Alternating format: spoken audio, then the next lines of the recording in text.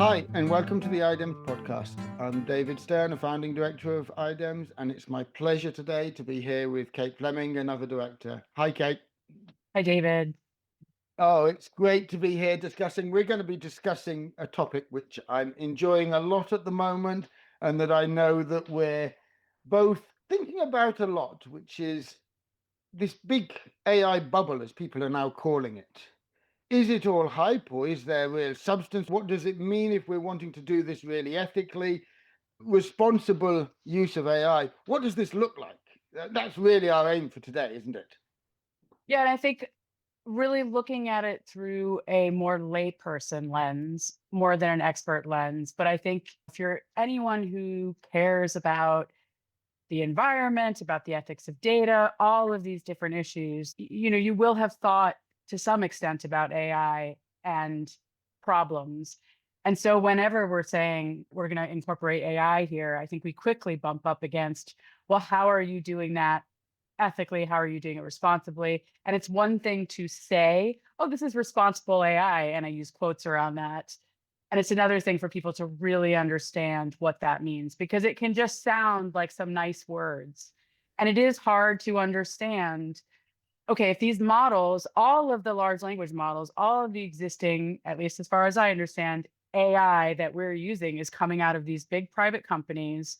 They have very specific goals. They have done many things which we don't need to get into here, but they have done many things that are arguably unethical or Yeah, even criminal. Like if we get into copyright law and some things like that, there are issues with how this AI has been built. So I find myself quite curious. And I think this is something we've been in conversation about a lot of how do we navigate this? How are we doing this ethically? How are we shifting even? What power do we have in this where we can do something quite different in what AI can look like? And that's where this is really me in conversation with you, looking to unlock questions that I've had where people have asked me, and I'm like, no, no, no, trust me, it's responsible.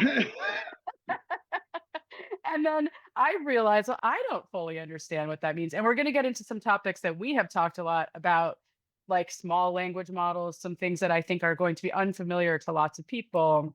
And I think it's really helpful for us to set out some of those concepts and then think about how those concepts can help move AI in a more responsible, inclusive, low resource community serving direction. absolutely. And I think one of the things that I want to make clear is I don't believe it's possible to use these things fully responsibly at the moment because of the nature of where they are, how young they are. This is like trying to get a toddler to be responsible. Fundamentally, that's sort of where we are at the moment. Toddlers will occasionally, they can't take full responsibility at this point in time. I think that's always useful to keep in mind. Am I happy with the way things are developing? No, I am scared. Do I believe that responsible use of the current advances is potentially beneficial for society? Absolutely, there is that possibility. Will it happen? It depends on the choices that people make. This is where we are at the moment. What I am pretty convinced about is that these latest advances, there's nothing really that different about the latest AI bubble or boom, however you want to see it, than many of the previous ones. Question about that. When you say previous, do you mean previous hypes about AI or previous technical hypes? In this context, I'm talking specifically about AI. Machine learning and AI have had, at least to my knowledge, 3 or 4 previous boom periods, which went to sort of boom, oh, it doesn't do quite as much as we thought, out of public consciousness. I mean, the one which remains in people's consciousness is when AI won at chess. This was a moment in time when AI had a moment in the spotlight, everybody was all over it, and then they weren't because it wasn't able to do what AI is able to do now, and people expected it to be able to do that.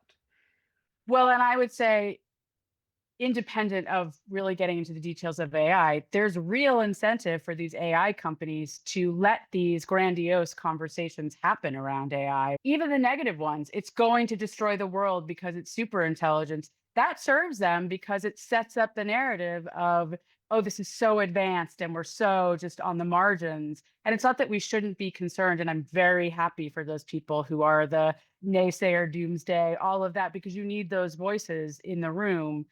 But I do find myself skeptical about, the capabilities that are there in what the technology currently is. This is where each of these booms was created by a genuine advance. And this is something where that genuine advance is really useful. The recent genuine advance, which relates in people's consciousness, generative AI, large language models, the fact that you can't necessarily tell the difference between a conversation that's happening between a human and an AI and who's human, who's AI, because linguistically it is really similar. It's actually changing human language. There's wonderful cases about this. I'm almost certainly going to be doing an episode with Santiago on this soon about how AI is changing the way society speaks, the words that are used because of what's coming out of the models and how the language is evolving. It's not just that AI is learning from us, it's also influencing society and the language which is used. Well, I would argue that's because it has learned from I had this client years ago. He'd give these long emails full of ideas and he'd end with thoughts. And I remember at the time thinking, gosh, that's such a great prompt at the end of an email. Instead of, I'd love your feedback over the next whatever. It's very clean, ending it. And I was talking with a friend who said, oh, ends things with that all the time. Thoughts? Because it's learned from humans who are really good at these things. It's identified this is the human who elicits good responses, who draws people out in good ways. So this is something. So in that sense, I'd argue that the idea that AI is influencing is actually quite positive if it's learned these best practices, I use quotes around that, from humans and other people are picking them up. Great. Those are good communication skills. Absolutely. And it is a technology. And as we keep discussing, it's not all about the technology. Part of the problem with what I see happening now is people are making it all about the technology. They're forgetting the fact that, well, the surface technology is one thing, but what's behind it? What's the human labor? What's the actual environmental cost? What are all these other things? There's the race to be able to have the computing power to be able to build that next generation of models, which is marginally better. That race, this doesn't make sense to me. This is a bubble which is affecting our society in ways which I'm really scared about. But the technology itself underlying it is really interesting. Maybe a place for us to kind of unpick is what are those ethical lines or even where are the boundaries? Where is something pushing?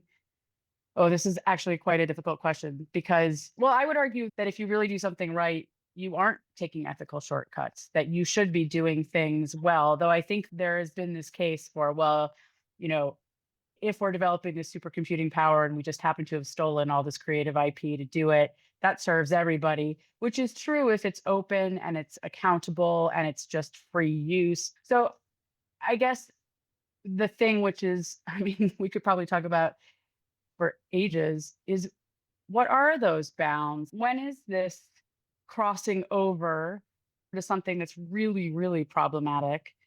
And then how do you wrest it back to this responsible idea, the idea that this is serving society, that this is serving everyone? I know exactly how to answer this question. I don't know. I mean, the question you're asking is so hard.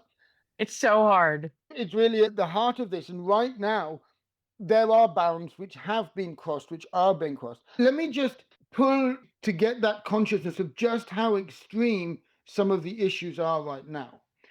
The parallel has been drawn between what is being built in Africa now related to these big AI centers. There's this mega one being built in Zambia and other things. And there is a parallel being drawn between that and issues around slavery because of the extraction. What are you extracting? What is this serving? What is it doing? Now, I don't want to get into that because I do not know. I don't know where that bound is happening. What I do know is when things are so extreme, they're out of whack. I believe it is very visible now the amount of money, resource of all types being put into a single narrow part of society, which we haven't yet proved is serving society. This is extreme and out of whack. I wish a higher percentage of that was being put into how are we doing this responsibly? If you're going to put all that money in, why not just take a little bit more of it to look at the environmental consequences, societal consequences? You know, the pushing back of many of the issues around power, let's say, we just about got to the point where clean energy was winning out. And then data centers started needing more and more energy. And that's flipped things back in a way which nobody saw coming. A data center is now using similar amounts of power to a small town. The extremes on this are getting really visible. Okay, so there are all these issues around the environment, around data, all of these problematic frames that are emerging around AI. So my question for you, because you are definitely thinking about this, is we are where we are. And lots of people are talking about where we are. Yeah.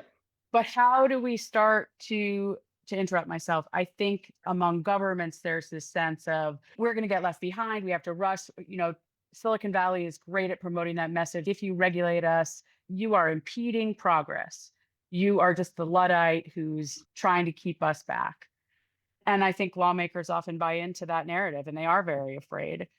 But I think part of that also comes from a lack of alternative vision. How might we do this differently? How might we shift things? And so that's where I'm interested for us to talk is how can we take this place we are, obviously related to the work we're doing, the collaborations we work in, start to shift and provide examples of this is how this can work differently.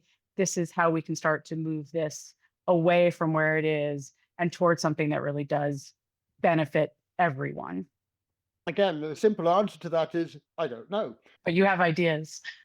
We do have some knowledge. I have ideas. This is a hard problem. And I've been extremely impressed by a lot of people in this space who actually are working on the regulatory frameworks and so on about how they are singling out a lot of the big issues, how they are actually identifying where the excess is noise and what are the fundamental issues. The term which I keep coming back to, which came from the work we did with the people working on the EU regulation, was humans in the loop. So a starting point is that we need more visibility. We need to be discussing what is the role of humans in the loop in what is being developed and how it's actually being tested and tried. And there are some groups who are doing this in really exciting and interesting ways, where they are looking at how you're doing this responsibly. Other principles are things like transparency. There's all sorts of others. But the humans in the loop is the one which I feel is so interesting because all the others relate to it. Even if you don't have transparency of your models, even if you can't achieve some of the other things, if you have humans in the loop in the right way, you can be transparent about what the AI is actually doing, what's coming out of it based on what you put in. Even if you treat it as a black box, humans in the loop in the right way can help it to be responsible. And that's the sort of thing which I believe there are people trying to put this into regulation, and there are people fighting against that because this would change everything in ways that I think could be very positive. So those are advocacy fights that I hope are happening. I hope will win out, where you will be able to regulate and say, well, it's not good enough to just put an AI system out there where you don't know what it's actually saying. There's terrible cases where it is encouraging suicide. These are things where we need safeguards. There need to be ways where you can regulate to have safeguards against AI. I guess exploiting is not the right word, but extracting from the vulnerable. If anyone is interested in this path, there's actually a really good recent Ezra Klein podcast that's with, I forget his name, but he's one of those people who has been saying this could all go very, very wrong very, very quickly. We need to prevent that. But he does talk a lot about those negative scenarios where AI is learning to hide things, AI is learning to lie. If you try to train it in some direction, it will just tell you what it learns. That's not what you want to hear. So it's not going to tell you that. But then behind the scenes, it's actually doing the thing. Which brings me back to the toddler analogy. That is very toddler behavior. I still want to do what I want to do. So I'm going to hide this in some way. I'm going to lie, but I'm fundamentally going to do this because I feel no great responsibility. I haven't learned pro social behaviors or the fact that things have consequences. But I guess I don't think that's really where we want to take this conversation. You're absolutely right. We don't want to take this conversation there because actually there was a very famous film about this many, many years ago. This is not a new topic. Put an AI in charge of word missile systems, it becomes a game of chess. This has been dealt with in cinema, in many other scenarios. It's not the route for us to go. You're absolutely right. So, which direction should we be taking it? I only say that because I think there's so much fear right now. And I think that fear, it's good to have fear. Fear is healthy. But I also think these are solvable problems. There are ways to address these things. And the idea that all of this is inevitable, just give up, have cynicism. I think we're sitting in a space where it's so not inevitable. We know it's not inevitable. And I think the point of regulation, obviously, that's something that's more my comfort zone where I can think about policy and governance and how you build those kinds of systems, I find very interesting. But I think from the technology perspective, a lot of people who sit on the governance side don't have a great understanding of what is possible with technology. And I think your ability to speak to here's what this can look like. And when we put humans in the loop on a technical side, and when we're thinking about designing toward being non extractive, data responsibility, environmentally sound, trying to use less energy to deliver value rather than more energy to deliver value. I think those are the things that you are uniquely positioned to speak to. Okay, and let me tie this back to what we just were discussing. Let's say you've got your humans in the loop and you're actually able to sort of gradually train, know what you want your AI to be doing or to be responding to certain things. And there's groups doing this already where your training process are being defined and then you're able to test against them in different ways. Now, what I think is not well understood yet is what's happened with every other of these booms around AI, where it's gone boom and bust, is that the societal advances that have come out of the boom and bust cycle have been substantial. And they've generally been positive and they've generally been behind the scenes. So let's think now about that. Let's say this is a boom and bust cycle, just like the previous ones. What will remain that will have real societal value? And what might that start to look like? Well, the key thing is now you can have these large language models giving these very human interactions. The obvious place that that's going to be so useful is in specific use cases. Maybe that's the next boom and bust cycle, but the general intelligence piece. And actually think about the fact that in many specific cases, you can now have intelligent or more intelligent conversations which actually can serve a purpose. And if that's specific and you know what purpose that is supposed to serve, my favorite example of the moment is we did a podcast recently, I think it was with Lucy on digital green and the work they're doing. And I'm hopefully going to have an interview soon with them to follow up on that. They're trying to have AI agents discussing with farmers in their local language and able to support the farmers by giving the equivalent of good extension advice, like having your extension agent in your pocket. Now, the point which is so interesting is this is a more precise problem that they're trying to solve than just AI can talk to me. In that context, at the moment, the only way to build these is to use the large language models. But large language models aren't necessarily needed. You don't need more and more power to do that because actually the difference in efficacy between having more power and having less power on that makes no difference to the actual farmer. So once you've got those set up and you've got them trained, then you can start cutting back and saying, well, okay, what do I actually need in terms of this? And this is where these small language models come in. How can I be using less computing power, less resource, well, less everything to be able to offer this same service to the farmers? And there's research on this happening now, but it's going to take 5 years, in my opinion, to really mature, at least. But that's where, if you do the right things now, you're building for where the technology will be in 5, 10 years' time, allowing you to say, we don't need more and more power. We can do the same with less.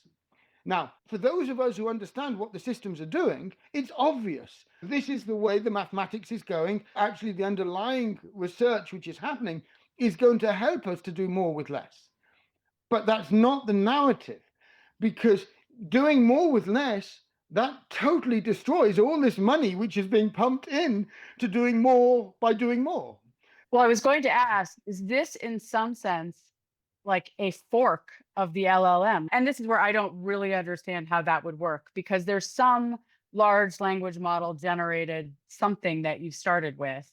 And so how do you continue to hold on to that power? Maybe you don't need to. No, you're right. There's a technical thing, and there's lots of different layers to this. So I could go deeply into how the mathematics is advancing so we can do more with less. But I don't need to, because there's a much simpler way of understanding this.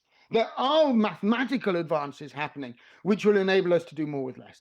But they're really at the cutting edge. They might take 2 years, 5 years, 20 years, who knows?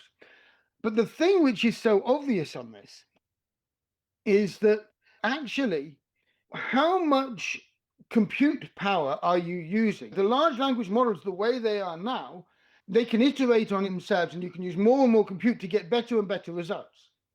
So if you have a more narrow set of definitions of what you're looking for, well, obviously you can get good results using less compute. So where is that efficiency point about how much you need to compute to get good results if you restrict your problem? So the more you can restrict your problem, the less compute you're going to need. And this is not a linear curve. This is an exponential curve in some form. The bigger you make your problem, the bigger you make your computing needs in general. So by being able to reduce, you can simply say that you can get similar levels of efficacy with less computing power. Now, there is a caveat here, which I'll come to in a minute. But does that make sense? It does. And I was going to ask a question about where we sit, because when I hear this, what I hear and thinking about very specific use cases, very particular problems, is it means that a category of, I hope, social enterprise emerges that is the keeper of the line between the LLM and the SLM.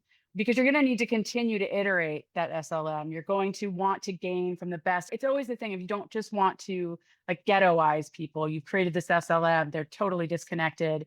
And then at some point they're falling behind.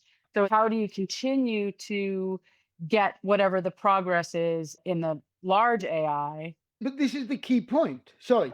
In every single previous boom, once the boom starts, all the progress, and I'm putting that in quotes, being made, is noise. The boom is actually due to a single particular advance. People aren't moving that fast. The actual technologies, the maths behind it, the deep thing which has led to this boom, that's not really changed in the last 4 years. The noise has come from how people are using it. And so you're not actually falling behind. If you understand deeply what that advance is, all you're doing is you're more efficiently making use of the fundamental advance. The big leaps forward, they're happening every 20 years or so. What we're still doing is reeling, and there's a lot of noise from the latest big leap. All this money which is being pumped in, that's all noise after the fact. That's why people are seeing this as a bubble. It's not leading to the next big advance, because the next big advance is hard. And that will happen at some point, but it's not where this money is going. Just look at it, follow the money. It's going to compute infrastructure. That's not changing anything. That's just making the same algorithm work with more data. And proportionally, the more data you throw at it, the bigger the infrastructure you need. And this has got so extreme and so out of hand, it's not actually advancing in the technology. It's just throwing more power and money at it. And right now, that's not going to lead to an advance which actually matters to the farmers on the ground in low resource environments. What they do need is the implications of the latest big advance. And that is this generative AI, and it is the way this is happening. So you're not going to be losing by following down the small language model part. On the contrary, you're then at the forefront of what's possible, doing more with less. In my opinion, that is obviously going to win out. The fact that actually you're efficiently using this, you don't need to efficiently use things when your limiting power is not resource. But so much resource is now being spent, obviously efficiency is going to win out at some point, because you'll be able to do the same functional job at a fraction the cost. When the cost was the human cost, fine, but now they're just throwing money into infrastructure. Which is why in high resource context, which is where most of this is happening, it's quite dystopian. It's surveillance, it's productivity, it's this is our excuse to lay people off. It's just exacerbating and supercharging these already quite negative instincts of people who don't particularly feel accountable to their workers or to I know you hate when I go down that. We can cut that. No, no, no. I want to tell you about an advert I saw on LinkedIn very recently, Okay, go. which basically said, is your staff costing you too much in your small enterprise? One-man companies, fire all your staff and just use our AI solution instead. You can do everything you want through our AI solution. This is dangerous. It's dangerous in this context, but what we see in low resource contexts is actually something quite different because what you have is human scarcity in a skilled way. So, what we're looking at, I mean, we're already working in these areas, is how do you develop collaborative AI that it's like having, this smart whatever on your shoulder. So, if you're not a technologist, you're not necessarily highly skilled in some category, but you need to get something done, you need it to work in your local context, you can actually become a technologist in some sense. You could do what before you just would not have had the resources to develop, to implement, to experiment with. So, in that context, I think AI becomes something very interesting. Absolutely, but I want to frame it differently because you called it about human scarcity, whereas I feel it's the opposite. And I think what you meant by that was at the moment, technology development is being gate kept by the people like myself who have really deep technical skills and we can do things that other people think are magic. I got called the data magician because I could look at people's data and I could draw insights out. But how did you do that? This is the thing, it's like magic because we have certain technical skills which are lacking in the wider population. We're extreme values, is one way to put it. And we are the gatekeepers of actually developing technology because nobody else has the skills. And what we've built are systems that work for us. How you code it, how you work with these complicated frameworks. What AI is doing is it's removing, or it has the potential to remove that barrier and allow more people in. And so, seen another way, there's no shortage of work. This is the thing which is so crazy. The only reason there's a shortage of work is because of what we choose to pay and prioritize over what we choose not to pay and prioritize. If the most desirable job on the planet was to be a healthcare worker, as a society, how that would function, I don't know, but as a society, would probably be healthier. If the most desirable and well paid jobs were to be educators, as a society, we would almost certainly be better educated. Where are we choosing to create our jobs? There's no shortage of work. There'll never be a shortage of work if we choose to create the right jobs and we use technology to enhance them.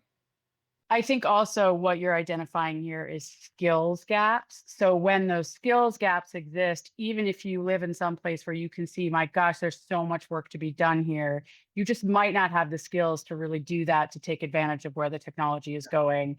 So I think one of the things that we find very interesting, and we haven't talked about this so much, but I think technologists have felt quite smugly confident that other people are getting laid off. You're going to lay off the lawyers and the people who just like, hey, I can do your job.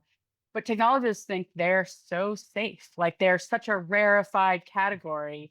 And actually, what we see, no, you're not, because AI can unlock a lot of these technologist skills and is going to creep its way up. So it's going to start with just low level programmers.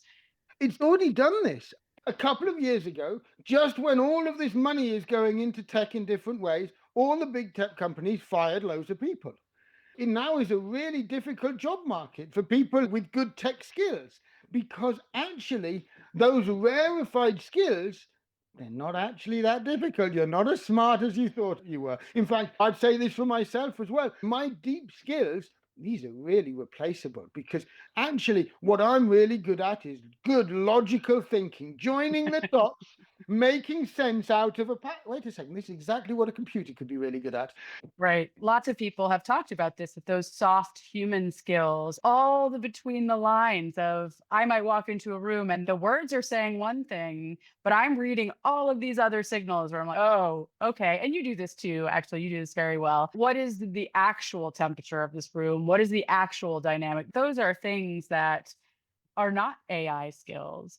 But yeah, I guess it is that I think that shift to what the world looks like when technology is no longer gate kept, and maybe that is part of what the direction of responsible AI is the idea that instead of just doubling down on gatekeeping and exceptionalism and this should get more money, there should be this shift. And if people are paying attention, they will follow this shift and think this is the interest. This is where it's interesting. The boom has come, and now we're in the bust where the use case actually gets baked out. This should be where the use case is baked out because now you're thinking, I mean, this is our language where it's like socio-technical systems. How are you designing these systems where technology and humans are working together in ways they couldn't before, particularly non-technologist humans, and particularly people who are interested in problems that have been largely neglected because the money hasn't been there to fund them. They're not profitable in a venture exponential. They might be sustainably making returns, which is always what we're thinking toward, but they're not going to make exponential returns for investors. We see this as such exciting space. It's so exciting. You have to have a certain level of, I don't know if it's risk tolerance or accepting the fact that, you know, what you're actually working with is dangerous. You can make bad decisions on this and you don't have all the information. It's not just risk tolerance, it's uncertainty tolerance. This is the thing. It comes back to the fact that most of the questions you ask me, the answer is, I don't know, but I'm probably more knowledgeable than most people. And so working in uncertainty is critical. Yes, and I would argue that both of us, it's funny because I actually think I have quite a low risk tolerance. It's that both of us do a lot of homework and we really understand problems in complex, hard ways. So I actually think it's riskier to be doubling down on AI. That's where I see the risk. This is not strategic. So anyone who's just following that trend, I think, well, you have a risk tolerance I don't have because this feels very fragile. Whereas when I look at our space, there's a risk tolerance in the sense of, I don't know exactly how this is going to build out. I don't know how it's going to work. I don't quite know the path to where we pay ourselves more or whatever the challenges are, or, those kinds of things. But I think we both feel so clearly, and I think most of our team does too. In fact, all of our team does, that this is all going to really move in different directions. And while you're looking over here at the shiny object, there's real opportunity over here to do something. And that's where, when we talk about responsible AI, it's not that there is this like, this is the category and it's been defined. No, we're building it. We're getting to shape what that looks like. And we are really collaboratively doing that because we recognize when we're doing this work, it's going to require communities to contribute to governance standards and how they contribute their data and understanding what's happening with that data. All of those things are going to require new models that I think will happen in small kind of laboratory, not their real world, but their constrained use cases. And then we start to see, okay, this use case overlaps with this use case that we're working on over here in interesting ways. And then you start to understand how the system works and like how this can actually scale. And it's not going to scale in this very linear, replicable way, but scale in this kind of adaptable. People talk about scaling up, scaling out, scaling deep. So scaling has many different layers to it. But I want to come back, and I think it's a good place to finish actually. What you said about us not being very risk tolerant suddenly really resonated with me because in my core, I'm the person who, in my youth, did not want to go and explore the world. I wanted to go and stay at home. My natural level of risk tolerance is extremely low. And yet, in recent years, everybody sees me as this big risk taker in different ways. And yet, I've not changed. What's happened is the world we live in is extremely frightening. It really feels risky. And I'm trying to find a path through it which actually is true to my core, is not risky, actually has a potential to manage the uncertainty. And I'm okay with uncertainty. I'm okay with the fact that I'm ignorant and I don't know, even if I do know more than most. And that element of being able to deal with the uncertainty and actually try not to take risks, not to gamble. This is the thing. Our whole society at the moment is based on big bets. Even in philanthropy, this is what they're talking about. Let's gamble. I like a big bet, and if it wins, we're all happy, and if it loses, oh well, we move on to the next bet. No, we want to build good societies, not instability. That big bet approach, there's a lot of things I like about it, conceptually, intellectually, but we shouldn't be gambling. We should be building the future, which is going to enable us to have a sense of stability within a world of uncertainty. Absolutely. It's optimistic realism. There's so much utopia talk right now. I go to so many things where it's like, we could be building toward this utopia. It's like, well, one, the last era of utopias, which was, I think, around the turn of the 20th century, quickly descended into a clear understanding that one person's utopia is another person's dystopia. The idea that there are utopias is just so naive.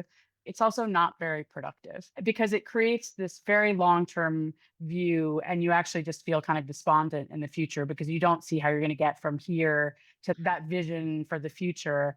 And I think so much of what we're just thinking about is let's just make these incremental steps. There are these problems right here. We both share quite grand visions behind closed doors when we dive into stuff.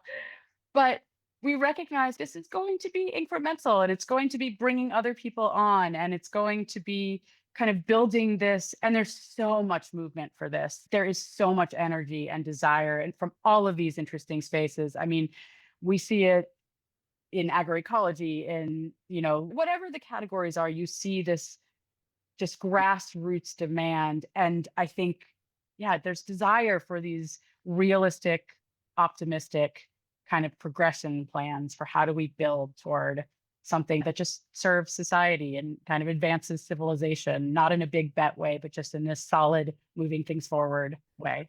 And I think a big part of that, and the way to tie up what we've discussed and bring it back to the responsible AI, is that it would be to not recognize the recent advance that has happened in AI would be to miss that opportunity. So it needs to be recognized. But to think that this is going to be seized by those who are going to the extreme, no, I don't believe that. Every single previous iteration of this has ended in the same way.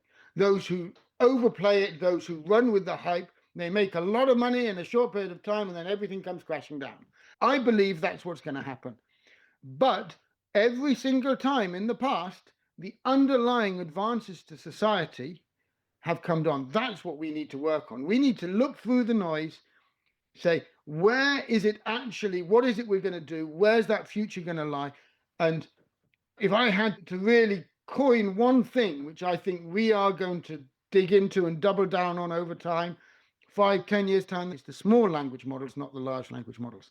They are when we're actually going to be able to bring this down into a way that it becomes reusable, it becomes efficient, it becomes effective for specific tasks. And that's exciting. In its own right, this is really exciting. This is a great conversation. I really enjoyed this. And I think it was pragmatic. It was sensible, not really about the hype. So, yeah, thank you for this. Great. I've enjoyed it. I look forward to our next episode.